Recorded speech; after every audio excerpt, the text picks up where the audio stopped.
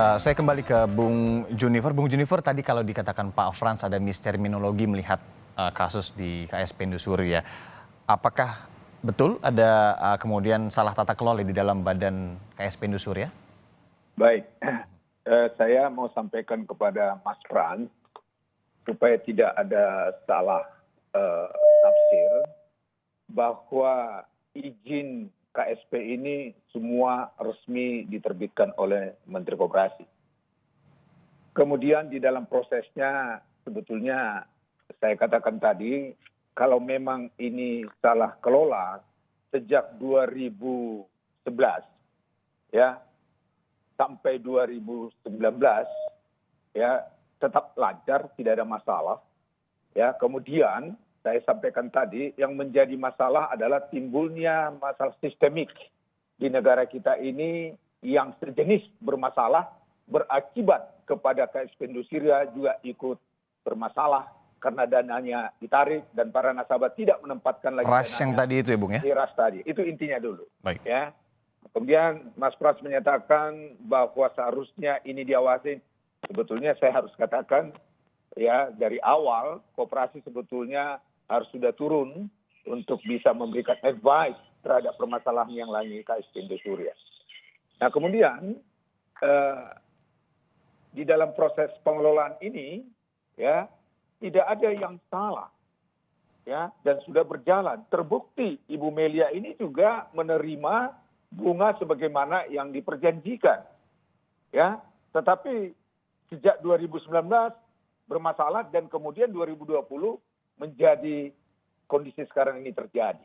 Nah, oleh karenanya melihat kondisi yang terjadi ini adalah bahwa kalau tidak ada permasalahan sejenis yang terjadi tahun 2019, saya melihat prospek daripada KSP Indosuria ini sangat baik.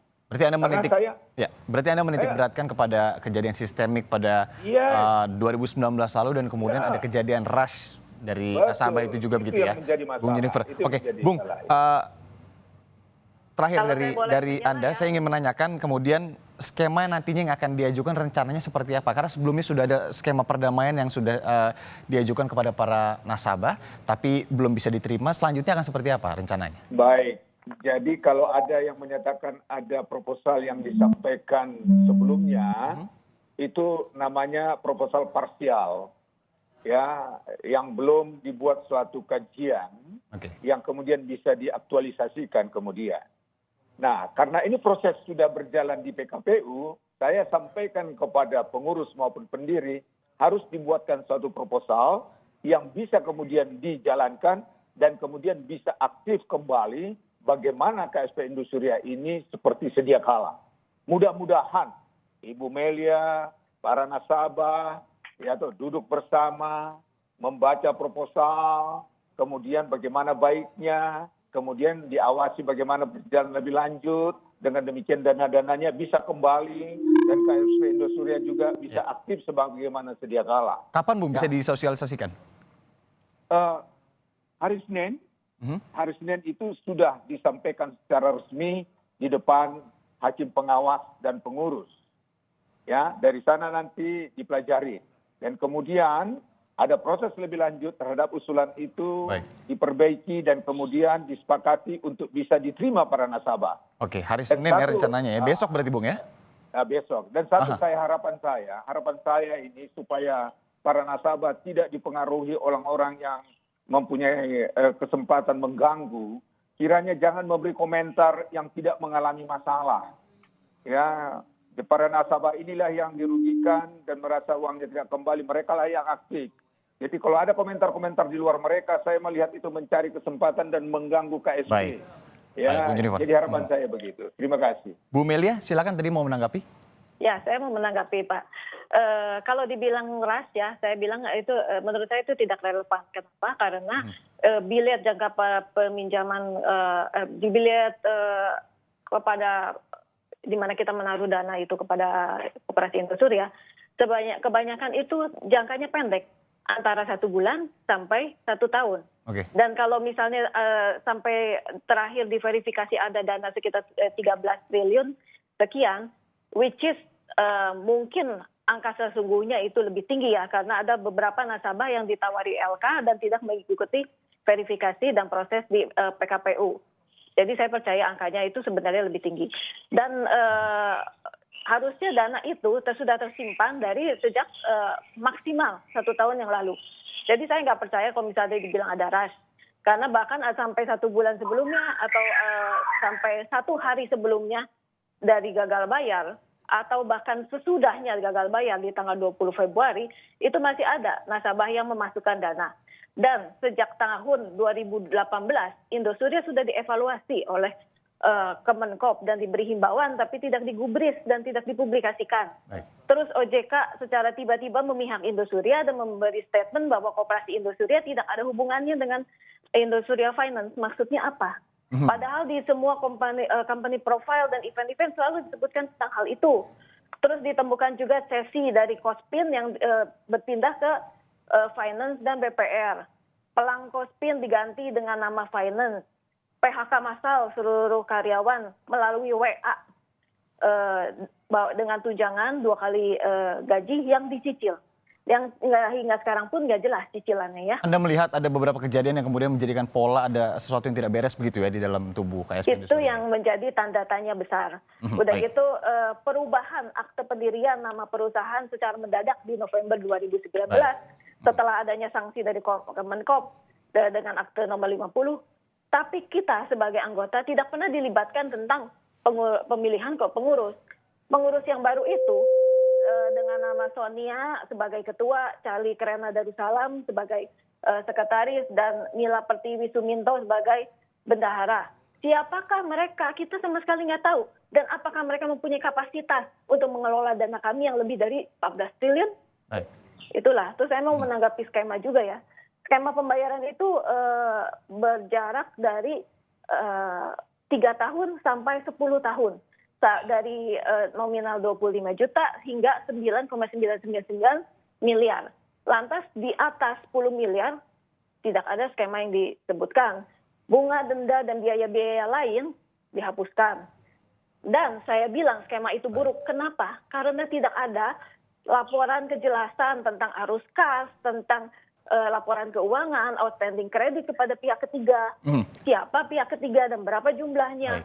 Berapa jumlah pinjaman. Dan cash flow, di mana ada cash flow dari 15 nomor tabungan di mana kita menyetor uang ke sana. Tidak ada laporan sama sekali. Baik. Itu sebabnya kita bilang skemanya buruk. Anda merasa ada tidak terlalu dilibatkan begitu ya anggota dalam berbagai keputusan di KSP Indosuria Bu Milia. Tahan dulu saya ke Pak Frans. Pak Frans, kalau melihat kasus ini bagaimana kemudian penyelesaian terbaiknya?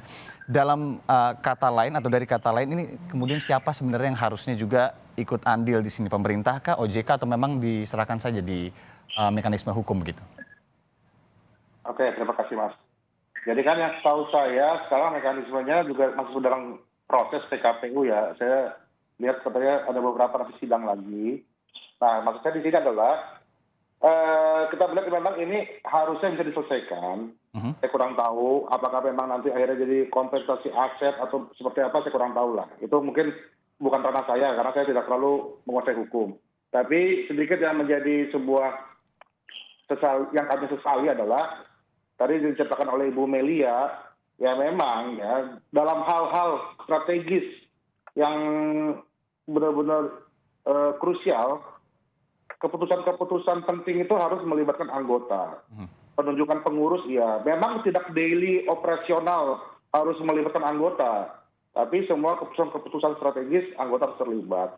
Nah ini kita lihat ke depannya. Ke depannya ini bagaimana ini jangan sampai terjadi lagi. Dengan adanya moratorium dari pemerintah, benar-benar ini menjadi sebuah momen untuk benar-benar pelajaran untuk kita bisa meningkatkan pengawasan. Karena kami juga concern, tadi Pak Junifer katakan kami merasa berhak bicara. Kenapa? Selain anggota Indosuria seperti Ibu Melia dan teman-teman, kami pun merasa sebagai pihak yang dirugikan. Karena mencoreng nama baik koperasi? Nama baik mencoreng perjuangan gerakan koperasi yang sangat terus bersemangat dan juga all out menjalankan jati diri dan marwah koperasi, ini tercoreng. Terus terang, masyarakat sudah mulai tidak percaya kepada kami. Nah inilah yang harus kita hentikan sekarang juga, praktek-praktek seperti ini, dengan kita tingkatkan pengawasan, dan juga benar-benar supaya tidak ada lagi kejadian-kejadian serupa. Karena ini sudah selalu seperti lingkaran setan, Mas, ini. Terus berulang. Kita tahu nama-nama yang sebelumnya, Cipaganti, Pandawa, apalah segala macam. Ini history repeated again ini. Sekali lagi terulang lagi dan sekali lagi menambah berat perjuangan kami sebagai sokong guru perekonomian bangsa. Dan inilah yang menjadi sebuah seruan kami. Solusinya adalah LPS tadi. LPS koperasi tadi itu menjadi sebuah solusi buat bersama. Baik.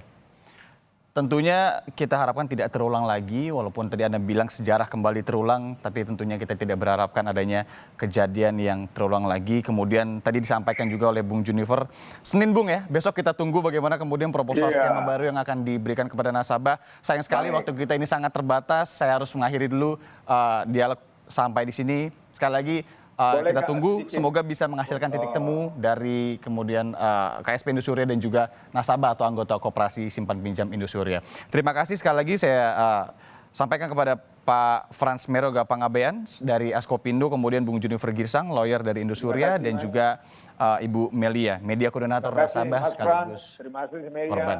Ya, makasih Pak. Terima kasih. Terima kasih.